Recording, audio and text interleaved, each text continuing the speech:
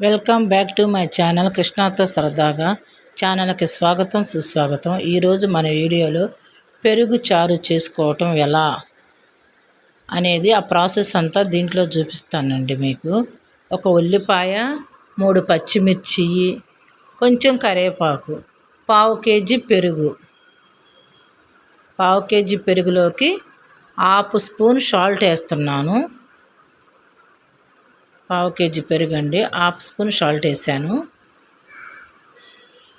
కొంచెం పసుపు వేస్తాను, కొంచెం పసుపు వేస్తున్నాను. కొంచెం కారం వేస్తున్నానండి, కొంచెమే, ఎందుకంటే టేస్ట్ గురించి. మామూలుగా అయితే పచ్చిమిర్చి ఉన్నాయి కాబట్టి అందుకని కొంచెం వేసాను. మనం స్టవ్ మీద కళాయి పెట్టుకుందాము. ఇప్పుడు స్టవ్ కూడా వెలిగించేసుకుందామండి. దాన్ని కొంచెం హీట్ ఎక్కనిస్తాము. మన ఇంట్లో ఏదైనా రోజు చేసుకుంటాం కదండి, ఏదన్నా కర్రీ ఒకరోజు చేసుకోలేకపోతే ఇలా పెరుగు చారు చేసుకుని తింటే చాలా టేస్టీగా ఉంటుందండి. నేను అంత ప్రాసెస్ అంతా దీనిలోనే చూపిస్తాను మీకు ఈ వీడియోలో. కళాయి హీట్ ఎక్కుతుందండి. ఇక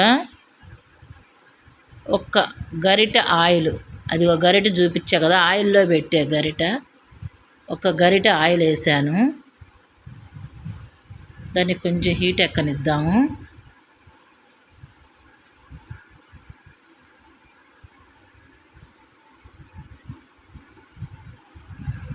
ఆయిల్ హీట్ ఎక్కుతుందండి. ఇప్పుడు దానిలోకి ఒక ఎండుమిరపకాయ తుంచి వేసాను. తాలింపు దినుసులు కూడా వేసేసాను. 1/2 స్పూన్ మినప్పప్పు, 1/2 స్పూన్ పచ్చిశనగపప్పు, 1/2 స్పూన్ ఆవాలు అన్నీ కలిపి తాలింపులో వేసేసాను. మొత్తం తాలింపు గింజలన్నీ కళాయిలో వేసేసాను. కరివేపాకు గుంజి పెట్టాను అన్నాను కదండి, అది కూడా వేసేసాను.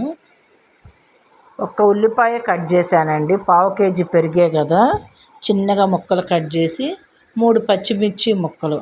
దీనికి పెరుగు చారుకి టేస్ట్ పచ్చిమిర్చి ఉల్లిపాయ వేసుకుంటే చాలా బాగుంటుందండి.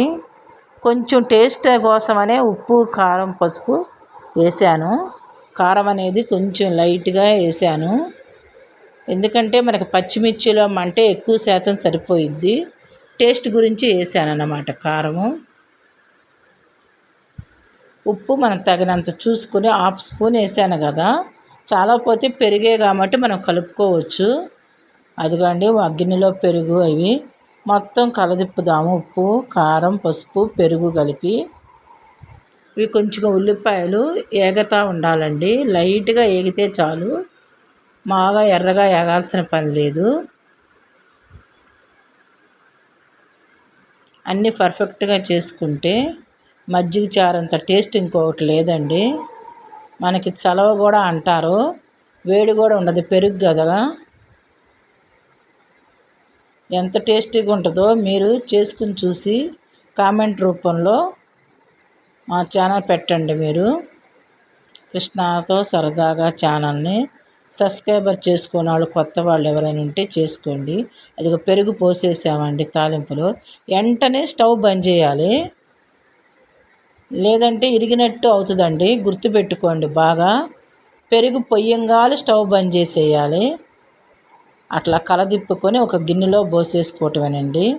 మా వీడియో చూసే వాళ్ళందరికీ ధన్యవాదాలండి. అది ఒక గిన్నెలో పోసేసుకున్నాం. థ్యాంక్స్ అండి.